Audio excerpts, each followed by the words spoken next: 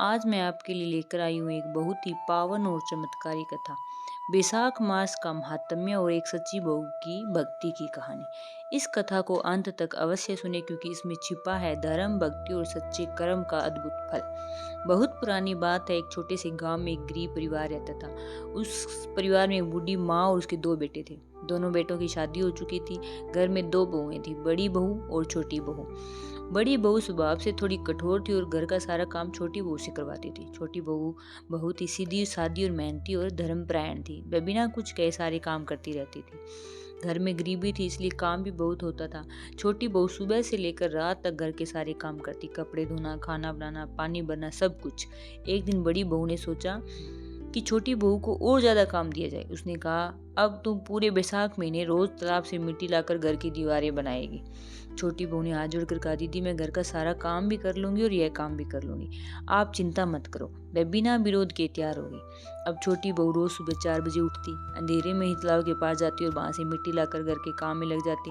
वह धीरे धीरे दीवार बनाती, आंगन लीपती और फिर घर का बाकी काम करती। तालाब के पास एक बड़ा पीपल का पेड़ था। जब जब भी वह वहां जाती, वह पीपल देवता को प्रणाम करती और मन ही मन प्रार्थना करती, हे प्रभु मेरे घर में सुख शांति बनाए रखना।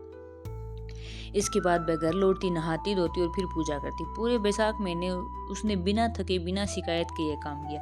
कुछ समय बाद छोटी बहू गर्भवती हो गई। जब बड़ी बहू को यह बात पता चला तो उसके मन में जलन पैदा हो गई। उसने सोचा अब इसका मान सम्मान और बढ़ जाएगा। तब उसने एक ज्योतिषी को बुलाया और उससे पूछा, बताओ यह कैसे हुआ। ज्योतिषी ने ध्यान लगाकर कहा, इसका कारण है बैसाख महीने का व्रत और इसकी सच्ची भक्ति। यह रोज सुबह उठकर स्नान करती थी, पीपल देवता की पूजा करती और मेहनत करती थी। इसी पुण्य कार्य से फल मिला है।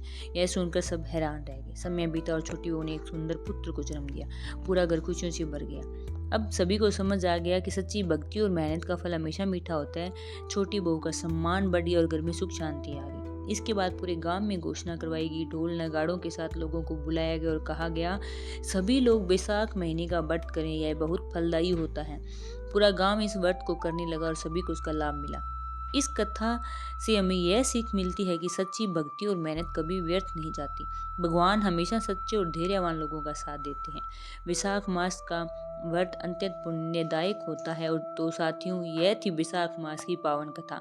अगर आपको यह कहानी पसंद आई हो तो वीडियो को लाइक, शेयर और चैनल भजन सभा दीपिका को सब्सक्राइब जरूर करें। घंटी का बटन दबाना मत भूलें ताकि ऐसी ही धार्मिक और प्रेरणादायक कथा आपको मिलती रहे। धन्यवाद। जय श्री हरि, जय श्री राम।